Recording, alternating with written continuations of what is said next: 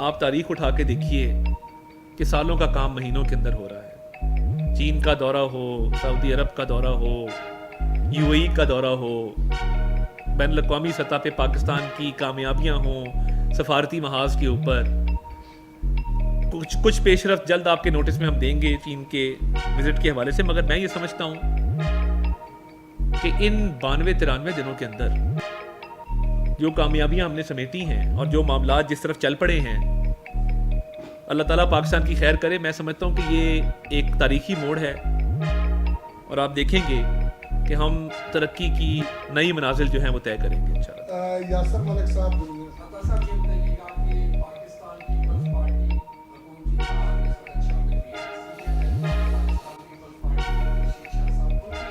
میں head line خراب نہیں کرنی, چین پہ رہن دیو, اس پہ بعد میں بات کر لیں گے. آپ میرے سے ویلاگ کر لیجیے گا. پتہ ہے کیا ہے, میں آپ چلیں آپ میرے سے بیان لے لیجیے گا بعد میں.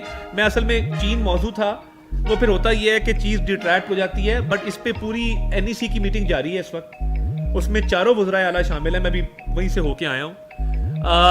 ایک پریس کانفرنس اس پہ وزیر خزانہ اور وزیر منصوبہ بندی کریں گے. میں کوشش کروں گا کہ 5:15 بجے ایک پریس کانفرنس کرا دی جائے تاکہ آپ کی معلومات میں بھی اضافہ ہو, اور این ای سی میں آج کیا طے ہوا ہے چاروں صوبوں کے ساتھ, اور تھوڑی سی بجٹ کے حوالے سے جو چیزیں آج طے پائی ہیں وہ آپ کے نوٹس میں دے دیں. میرا موضوع چین ہے. اگر این ای سی سے پہلے پیپلز پارٹی اور باقی چیزوں پہ کامنٹ کر دیا تو میں سمجھتا ہوں کہ اس پریس کانفرنس کا پھر فائدہ نہیں رہے گا. مہربانی جناب.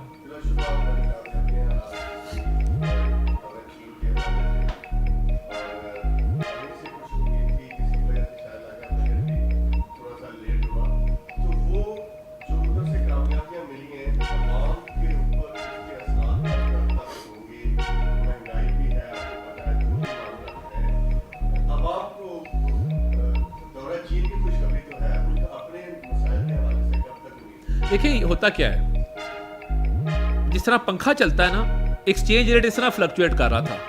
312 310 ایکسپورٹر کو پتہ نہیں تھا. آپ کے پاس ایک زمانے میں فورن ایکسچینج ریزروز نہیں تھے, ایل سیاں کھلنی بند ہو گئی تھی اس ملک کے اندر. دیکھیں یہ ڈیفالٹ کا دہانا تھا. 4 ارب ڈالر کے آپ کے فورن ایکسچینج ریزروز تھے. اب دیکھیں 2 مہینے کا آپ کے پاس فورن ایکسچینج ریزروز موجود ہیں. ڈالر جو ہے بالکل آپ کے سامنے ہے کہ 277 278 کے اوپر وہ کھڑا ہے. آ کے اسمگلنگ کو روکا گیا ہے, ڈالر کی اسمگلنگ کو روکا گیا ہے. جو ایک مافیا اس ملک میں ڈالر کی ذخیرہ اندوزی کرتا تھا اس کے خلاف کریک ڈاؤن ہوا. ڈالر کا ایک جو ریٹ ہے وہ سٹیبل ہوا, روپیہ مستحکم ہوا. اس سے کیا اثرات مرتب ہوئے کہ آپ کی مہنگائی آج 11% پہ آ گئی ہے. فوڈ انفلیشن کم ہوئی ہے, اربن رورل انفلیشن کم ہوئی ہے.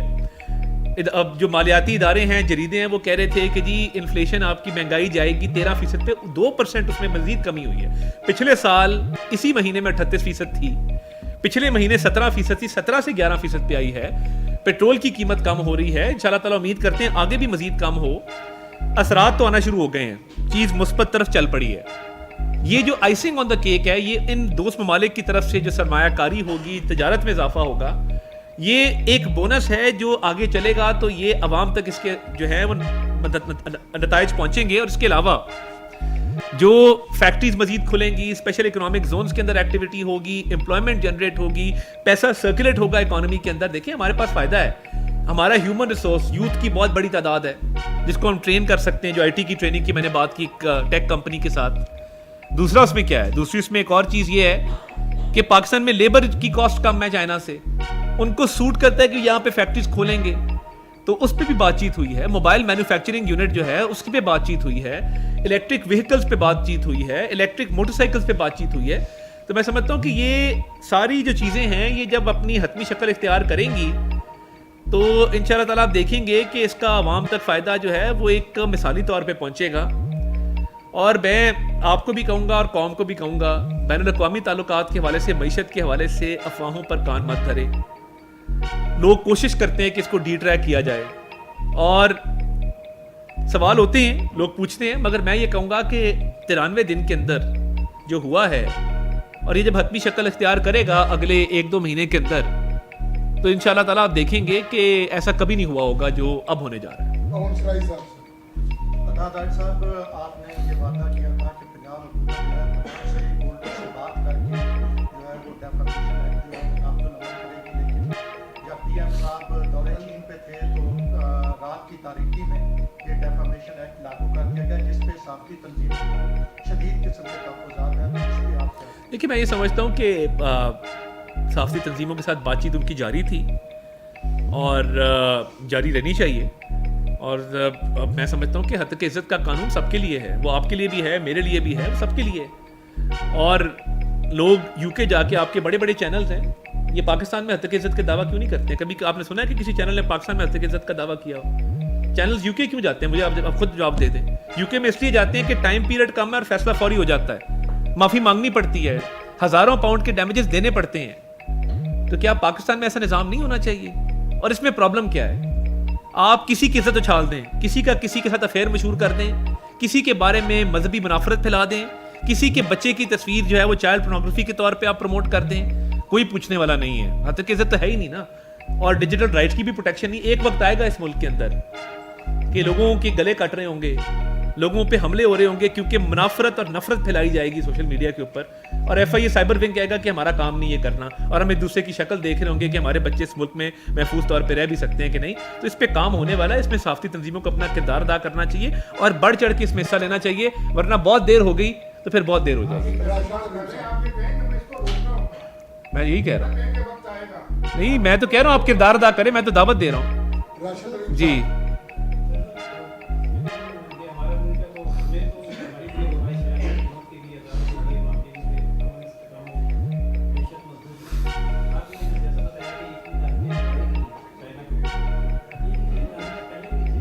نہیں, صرف یقین دہانی نہیں ہے. 2 لاکھ آئی ٹی ٹریننگز کا معاہدہ دیکھیں, چھوٹی بات نہیں ہے. آج آپ اس آئی ٹی ٹریننگ کا تخمینہ لگائیں, 2 لاکھ بچوں کی آئی ٹی ٹریننگ کا, یہ کروڑوں روپے میں جاتا ہے. کلاؤڈ سروسز کا لگائیں, کروڑوں روپے میں جاتا ہے. اسمارٹ سٹی کا لگائیں, کروڑوں روپے میں جاتا ہے. تو بات یہ ہے کہ یہ صرف یقین دہانی نہیں ہے. میں جو گرم جوشی اور جذبہ دیکھ کے آیا ہوں, اور میں 93 دن کی بات کر رہا ہوں نا, مجھے یہ سمجھ نہیں آتی ہے کہ جب معاہدے طے ہو گئے ہیں, جب B to B G to G آپس میں معاہدے طے ہو گئے ہیں, دیکھیں اس کو فائنل کرتے ہوئے چند ہفتے لگ جاتے ہیں. تو اس کا انتظار ضرور کر لینا چاہیے.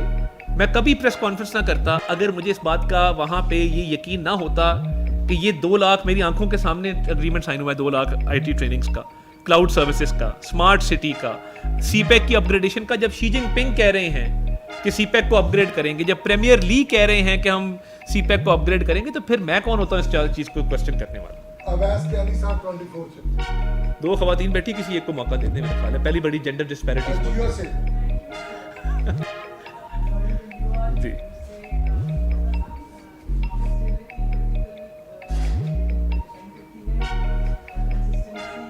That's right.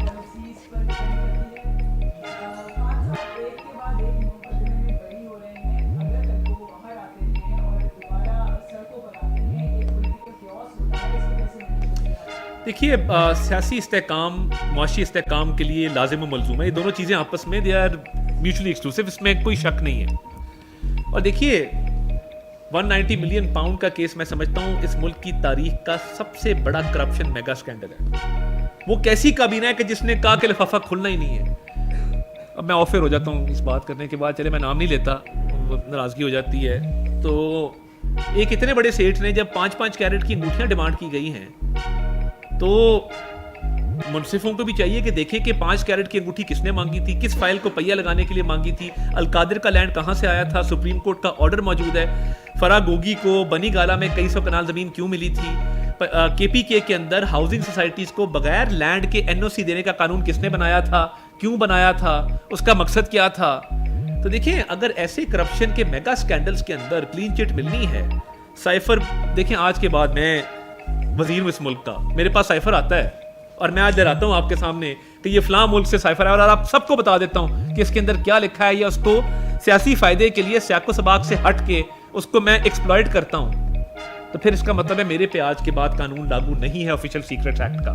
میں اس ملک کی جو بھی سیکرٹ ہے یا جو بھی چیز اپنے فائدے کے لیے, ملک کو نقصان پہنچانے کے لیے, ملک کے دشمنوں کا فائدہ کرنے کے لیے کروں گا, میرے سے پوچھ گچھ نہیں. میں نے حلف اٹھایا ہے, حلف میں نے یہ الفاظ دہرائے تھے کہ بطور وزیر جو معلومات میرے علم میں لائی جائیں گی, میں کسی غیر متعلقہ شخص کو وہ معلومات نہیں دوں گا. اب کیا کر سکتے ہیں آپ؟ سائفر کی پوری دنیا گواہ ہے, آڈیو موجود ہے, ہم نے اس کے ساتھ کھیلنا ہے. دیکھیے میں سمجھتا ہوں یہ سنگین کرپشن کے کیسز ہیں. میں نہیں سمجھتا کہ خان صاحب کے باہر آنے کی مجھے اس میں نظر آتی ہے کوئی بھی پاسبلٹی. یہ 190 ملین پاؤنڈ کے کیس میں اگر کوئی کلین چٹ ملتی ہے پھر پاکستان کے اندر سب جیلیں جو ہیں خالی کر. طارق عزیز صاحب نے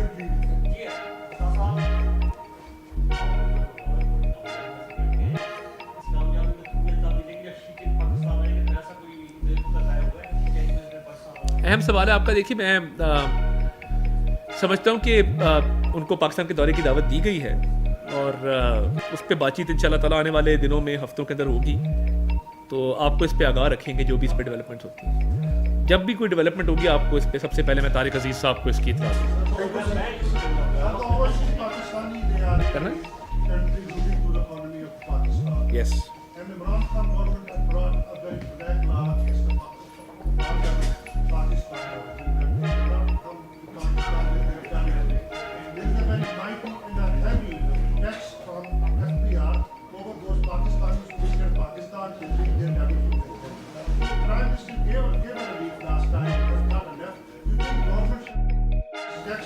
I think first of all I would like to pay tribute and express my gratitude to the overseas Pakistanis and expatriates who have this time around sent record remittances to Pakistan. I think that step is something which must be appreciated. Secondly, dekhiye there is a certain amount of mobile phones that you can bring into a country for your own use. Yes, there's a certain limit to mobile phone which you can carry. But if it starts as a business, then there are certain duties which have to be paid. So I think there has to be some reasonable amount of mobile phones which can be brought into the country.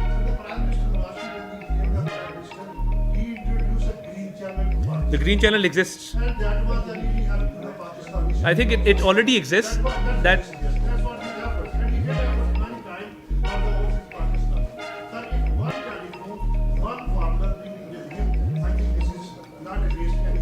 let me look into it. Let me look. Thank you.